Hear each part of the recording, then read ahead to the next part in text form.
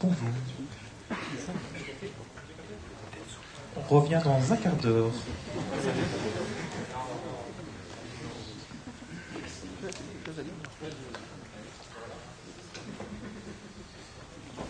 Nous allons vous présenter le règlement. Donc d'abord le but du jeu, l'aire de jeu, les matchs, les robots, notamment la différence de taille, les zones de départ, les actions et les lignes noires qui sont toujours utiles pour les trophées et à la coupe. Donc cette année, les robots remontent le temps à la découverte de la préhistoire. Dans cet univers hostile, ils devront user de stratégie et de courage pour mener à bien les missions qui les attendent. Dans un premier temps, ils devront marquer l'histoire de leurs empreintes sur la fresque, puis ils devront conquérir le feu. Ils devront cueillir les fruits-moutes, des fruits qui ont disparu malheureusement. Ils devront aussi lancer leur lance sur les mammouths pour essayer de les capturer. Enfin, pour essayer d'abord de les assommer, sinon ce n'est pas violent. Et enfin, ils devront capturer le mammouth en lançant un filet. Bon, c'est pas grave. Donc, concernant les matchs, pas de changement. Donc, il y a toujours deux équipes qui se rencontrent, 3 minutes de préparation sur la table, 90 secondes de match. Cette année, il y aura 5 secondes pour la funny action et une interdiction d'intervenir sur les robots pendant le match. Un changement, c'est que cette année, que ce soit une victoire, une égalité, une défaite, ça vaudra 1 point et un forfait vaudra 0 point. En gros, si vous venez pas, que le robot ne démarre pas ou que vous touchez au robot, ce sera 0 point. Sinon, les pénalités, c'est moins 5 points. Une petite précision, pareil, il y a les 3 minutes de préparation comme tous les ans. Essayez de venir avec le robot le plus près possible pour éviter de provoquer des décalages dans les séries. Parce que derrière, ça nous pose quelques soucis pour le planning. Les robots. Donc, cette année, les robots ont un peu grossi. Ils ont bien mangé. Donc, ils passent au maximum non déployé à 1200 mm pour le robot principal, déployé pour le robot principal 1500 mm. Le robot secondaire passe à 700 mm non déployé et 900 mm déployé. L'aire de jeu. Donc, l'aire de jeu, toujours pas de changement. L'aire de jeu n'a toujours pas changé. La table fait toujours 2 mètres par 3. Les hauteurs des bordures, toujours 70 mm. Pour les trophées de la robotique et pour le robot junior, la pente toujours à 10%. Et toujours les balises pour la Coupe de France et Eurobot.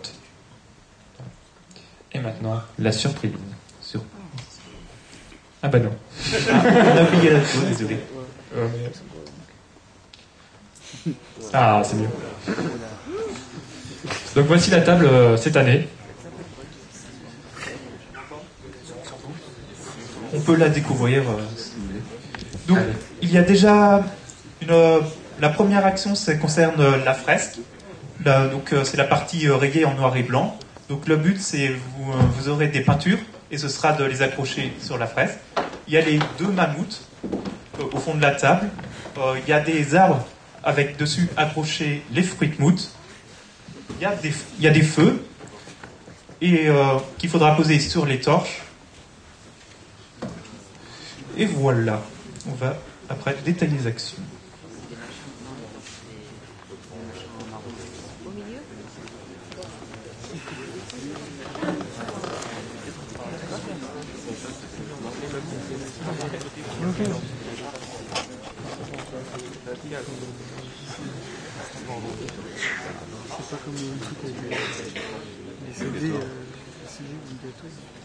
Donc cette année, les zones de départ changent encore de forme.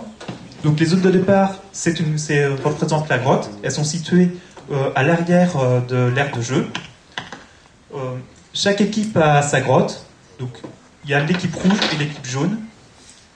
Une main a été dessinée par Christobot pour reconnaître sa grotte. Donc c'est juste pour reconnaître la grotte. La main ne sert à rien d'autre.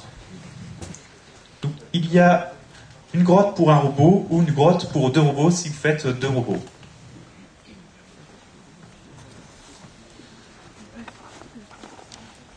Les actions.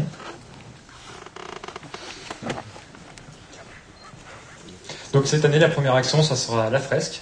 C'est un panneau vertical équipé de bandes de velcro sur lequel vous devrez venir agrafer des peintures que vous fournirez. Donc pour ça, donc voilà. Donc le robot devra accrocher donc, les dessins sur la fresque. Il y a 2 peintures par équipe que vous pourrez précharger dans le robot. Des peintures que vous fabriqueriez. Donc par ici, par exemple, nous avons un petit exemple qui est voilà, il y a un petit exemple, un petit cochon très joli pour l'équipe jaune. Très joli. La taille des peintures devra être au minimum de 80 par 100 et au maximum de 100 par 160, avec une épaisseur maximale d'1 cm. Donc pour que la peinture soit valide, il faudra juste accrocher sur la fresque, comme je pourrais le faire maintenant tout de suite.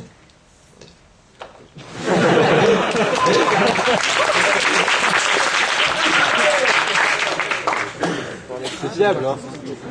Bon, sur celui-là, il n'y a pas le bon côté. Hein. Alors hop, on va prendre l'autre. Très joli aussi. Et celui-là, il colle. Donc, une fois que les peintures sont posées sur la fresque, il ne faut pas les retirer. Sinon, ça, c'est des pénalités d'appliquer. Et voilà. Et c'est 3 points par peinture posés par pour l'équipe. Donc, la fresque est constituée de bandes de velcro, comme vous le verrez dans le règlement plus en détail.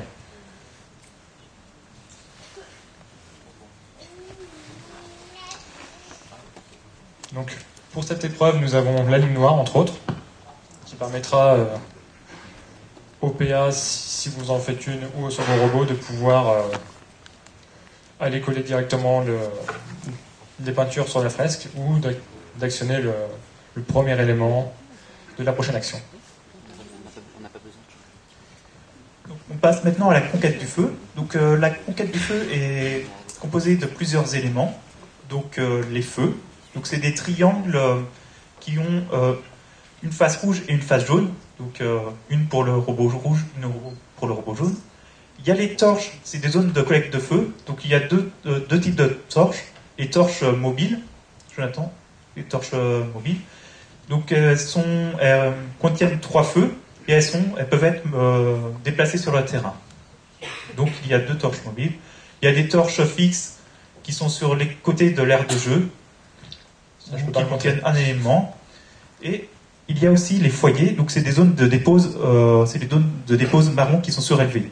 Donc dans les coins avant de la table et au centre de la table. Le but, c'est d'en fait, au début, tous les feux sont posés à la verticale et c'est de le faire tomber à la face visible. En gros, le point comptera sur la couleur visible pour le feu. Donc du coup, chaque équipe peut retourner un feu qui a déjà été retourné par l'autre équipe, et c'est à celui qui arrive à mieux gérer le retournement des pièces. Et donc on peut les poser partout sur la table, et si on pose sur les foyers, les points comptent double. Les contraintes, c'est des éléments de jeu communs aux 2 équipes. Donc si quelqu'un pose un élément, l'autre équipe peut le récupérer. Les feux sont posés sur la tranche qui sont posés sur la tranche ne sont pas comptabilisés. Pour qu'un feu soit valide, il faut qu'il soit posé horizontalement. Il ne doit pas être de travers. Il doit être horizontal. Et la surface doit être en contact avec l'aire de jeu ou le foyer. Il y a possibilité d'enlever les feux et de les retourner. Donc retourner les feux de l'adversaire. C'est uniquement la position à la fin du match qui sera comptabilisée.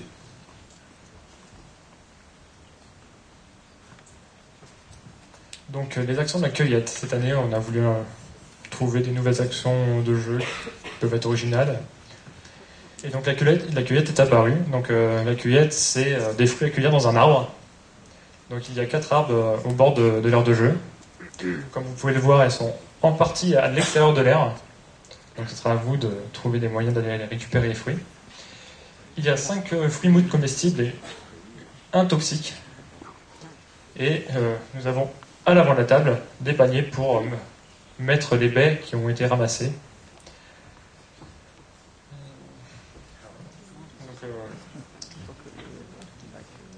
Donc les fruits mous peuvent être déposés dans n'importe quel panier, en sachant que si vous les déposez dans le panier adverse, ça donnera des points à l'adversaire.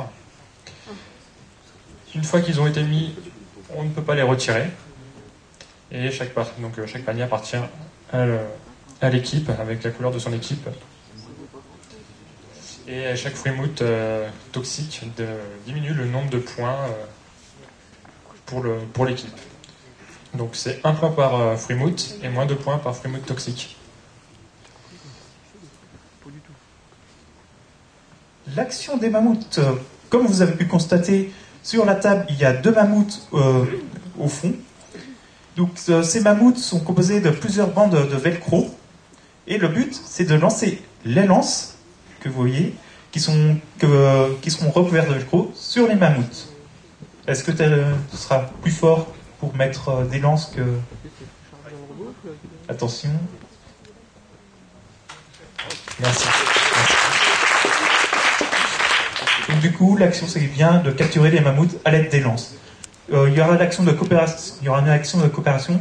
En gros, si sur un mammouth il y a des lances rouges et des lances jaunes, il y aura des points de coopération. Les contraintes, c'est que les lances sont préchargées dans les robots. Les lances doivent rester accrochées au mammouth à la fin du match. Si la lance tombe du mammouth pendant le match, elle ne sera pas comptabilisée. Le but c'est bien de faire un tir. On ne peut pas récupérer les lances déjà posées sur le mammouth. Et la couleur dominante des lances doit être le jaune et le rouge. Donc chaque lance, c'est 2 points et 3 points de coopération par mammouth si l'action de coopération a été faite.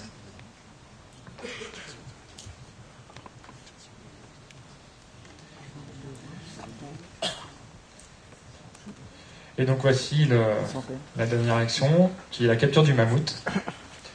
Donc il faudra lancer un filet sur le mammouth. Le filet étant à vous de le fournir, donc à vous de savoir comment vous allez le faire. Et donc le but c'est, pendant les 5 secondes de la funny action, lancer le filet pour que le filet tombe et tienne sur le mammouth. Et donc, si le filet tient, vous avez les 6 points de la funny action. Il faut rappeler quand même que le filet ne doit pas être dangereux pour le public et ne doit pas endommager la table. Le filet, pour être valide, ne doit pas être en contact avec le robot. Et il faut qu'il soit lancé dans les 5 secondes de la funny action.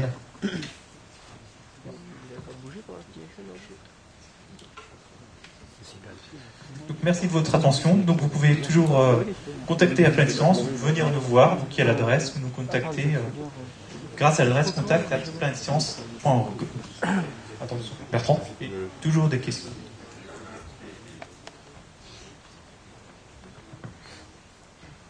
Vas-y, je t'en prie. Non. Vas-y. Donc en fait, c'était juste pour vous inviter, si vous désirez avoir plus d'informations sur le fonctionnement de Planet Science ou voir simplement nos locaux, vous pouvez venir demain à Rissorangis, il y a un week-end Fab Lab, vous pourrez découvrir des imprimantes 3D. Sinon, je vous informe que le 16 octobre, à partir de 19h, dans les bureaux donc, de Planet Science National à Rissorangis, aura lieu une petite soirée, entre guillemets. Vous pourrez venir nous rendre visite lors de nos permanences dans nos locaux pour